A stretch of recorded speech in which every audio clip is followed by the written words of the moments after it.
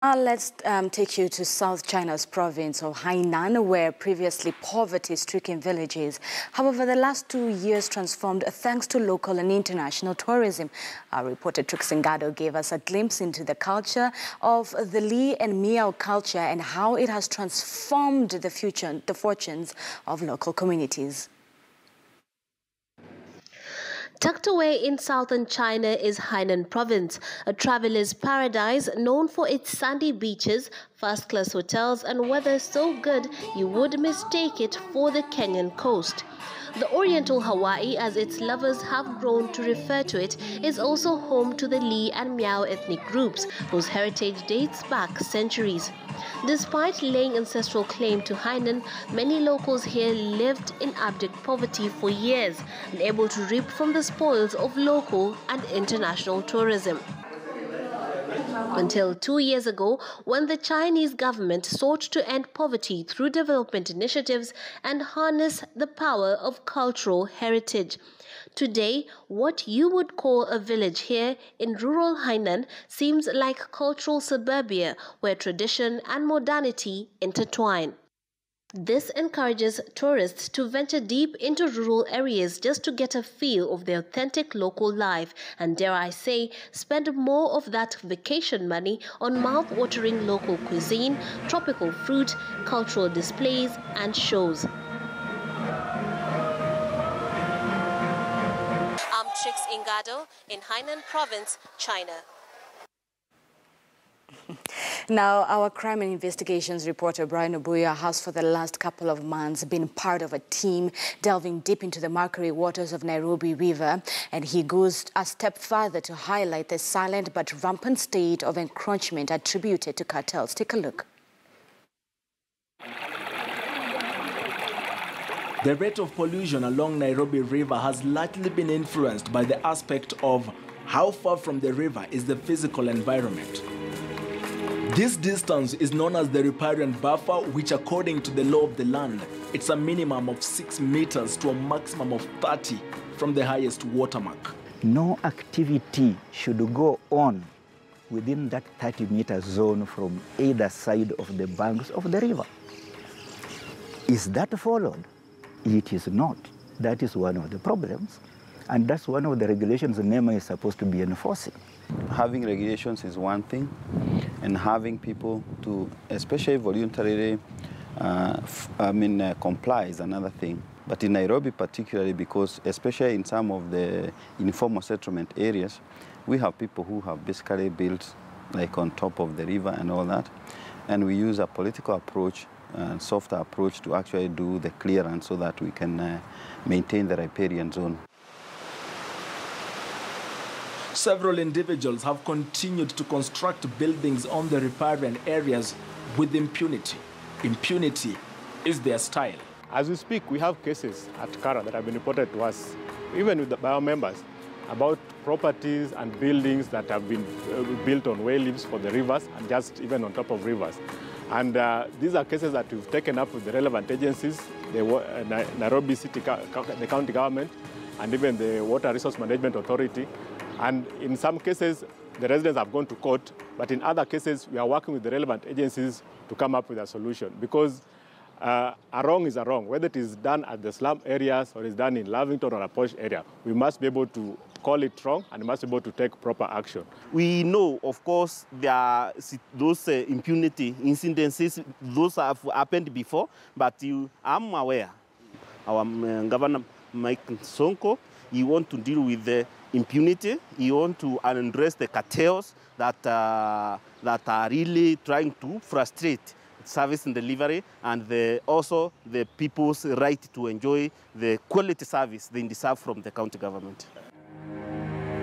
These houses in Kibra, or these ones in Mathare, and these others in Kawangware, or in fact, these ones in Lavington have been constructed in what is visibly a riparian buffer zone. We are saying anybody and all of us who will be found to be in conflict with what we are doing, the law will take its course. Yeah, even if they are permanent structures, so long as they are in conflict with the law, in conflict with the requirement, of what we are doing. And we will prosecute through the due process. So not only the mechanics in Grogon, but anybody else. It is true that the government has a lot to do that it has not done towards rehabilitating the Nairobi River Basin.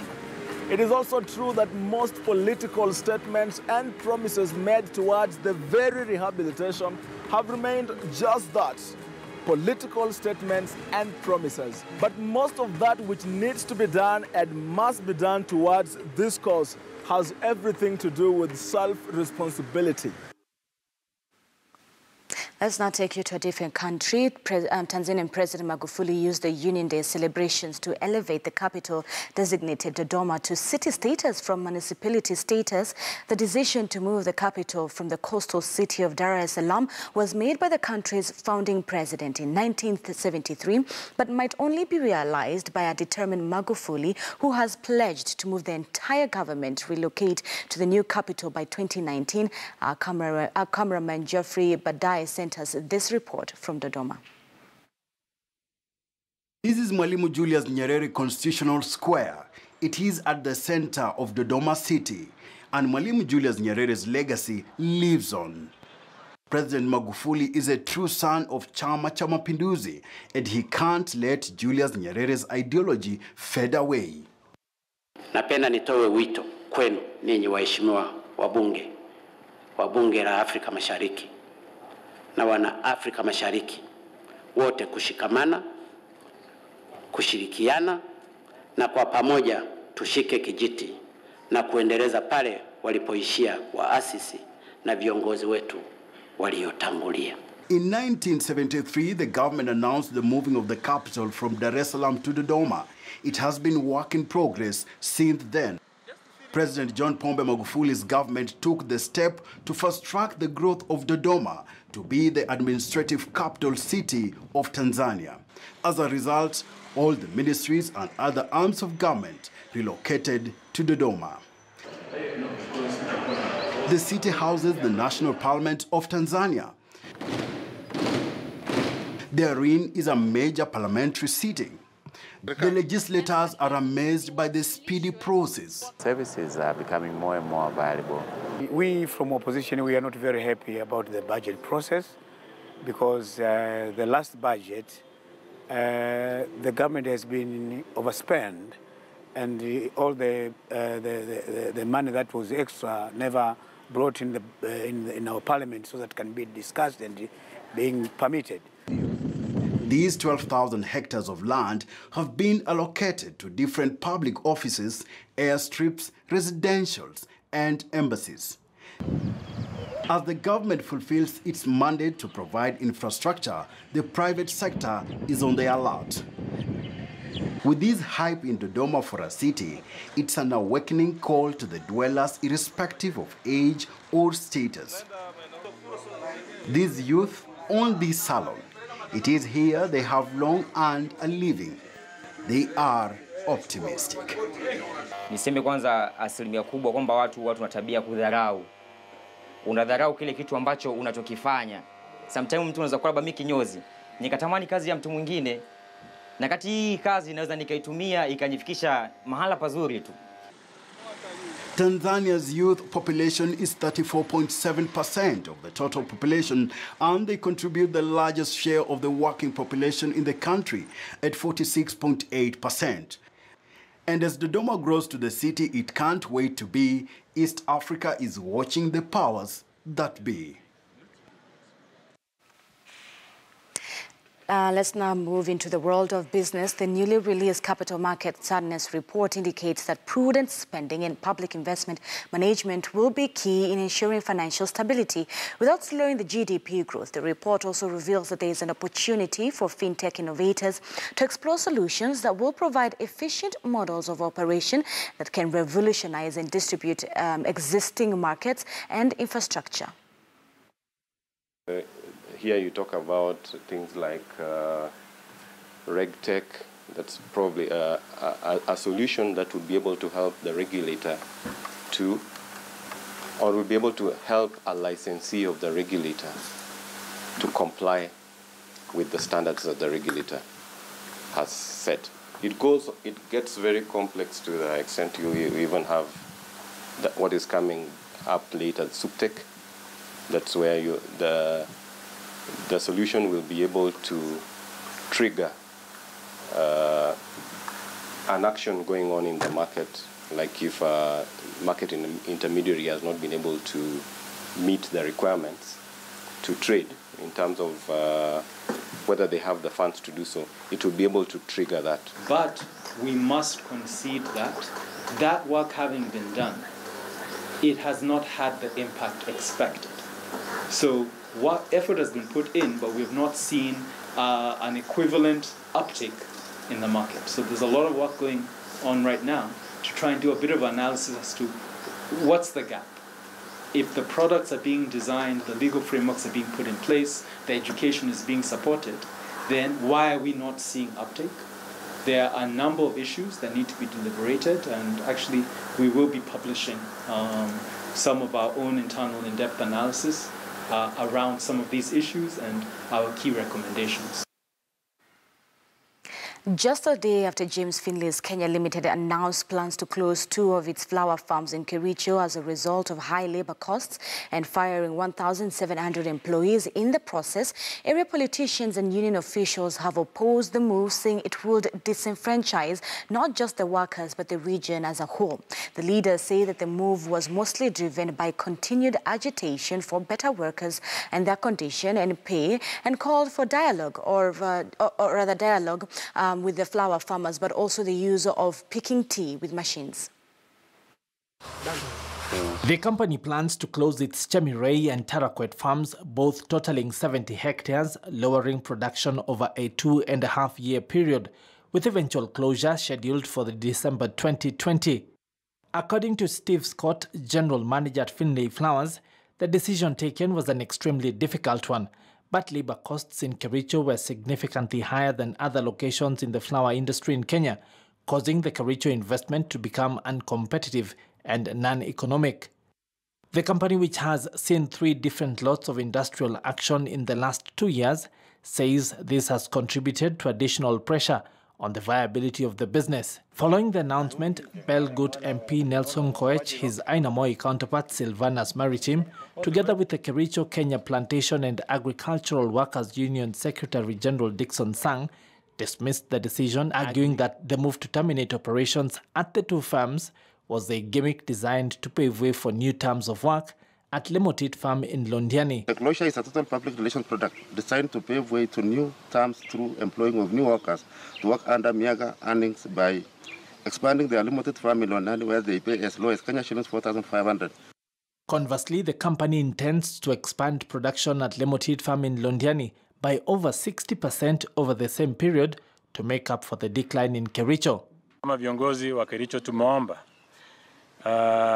matajiri wa flowers wakae chini na union, wakilishi wa wafanyikazi na viongozi.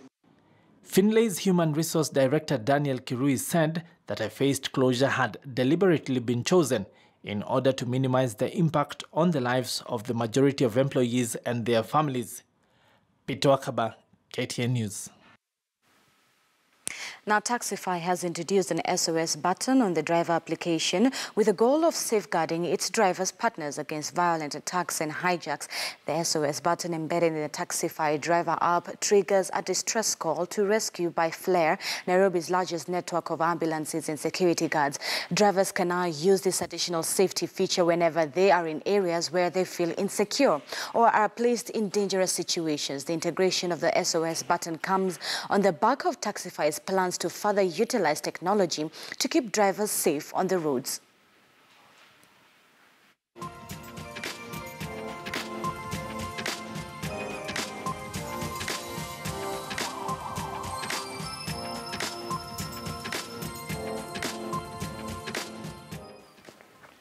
Innovation around the health sector is one of the surest ways through which county governments can scale up the universal health coverage program and attain significant improvements in quality of life of their citizens. Now, speaking during a panel discussion on health, Sanda Ojambo, Safaricom's head of corporate responsibility, noted that there needs to be continued discussion with various stakeholders on issues around automation of NHIF information, patient registration, and claims management. She added that integrated various innovation programs should be a broad-based way to cater for all level patients' needs. Innovation is seen as, the top end of the spectrum, blockchain, artificial intelligence, etc. But let's not forget that somewhere in a county, let me say Busia County where I come from, there is a mother whose life will be saved today by virtue of a simple phone call or an SMS. So as we look at innovation, let's look at it from the entire spectrum. High-end innovation to continuing innovation that I think will continue to impact the masses for us. So our solutions really span the entire range. It's very important for us to also provide solutions and platforms for continuous learning. We have a couple of platforms where we're able to train hundreds of thousands of community health workers very efficiently, very effectively through very simple SMS and USSD solutions. The Kenyan National Private Security Workers Union has put their employees on notice over their minimum wage. KNPSW Secretary General Isaac Andabo, while addressing a members' conference in Mombasa, urged over 2,000 security firms in the country to oblige to the labor laws on the stipulated minimum wage for their employees. As at 1st of May 2017, the government is set the minimum wage for day private guards at 12,926 shillings, while those on duty at night earn a minimum of 14,420. Several firms have refused to join the e-union and could thus be underpaying their workers. The officials also lauded the call for private guards to be provided with firearms, although they asked for thorough vetting and scrutiny. All employer amefanya nini? Amesalimu amri. Ili sasa ipenye iweke mlango ama window ya kwanza negotiate collective bargaining agreement, because hiyo imekuwa challenge kubwa. Kama wewe unangoja posho bill kule Kawangware ama kule pengine Makupa, huwezi kupewa bunduki. Lakini yule ambaye anangoja tuseme Equity Bank, commercial banks, hizo commercial banks, yule anafanya kule industrial mali kuna mali mingi, ile ambaye inaweza kufanya wakora wakuja kufanya nini ku attack. Hapo ndio tutasema tujiseme kwamba hapa lazima tufanye nini, tuweke bunduki.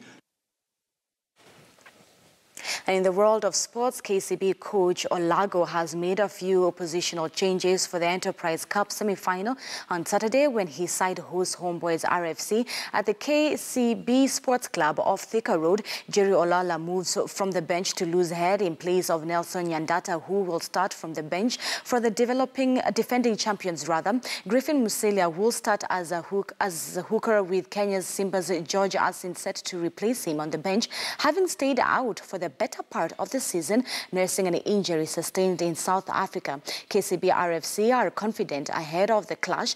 The match is a replica, of last year's outing where KCB edged Homeboys at the same level of competition.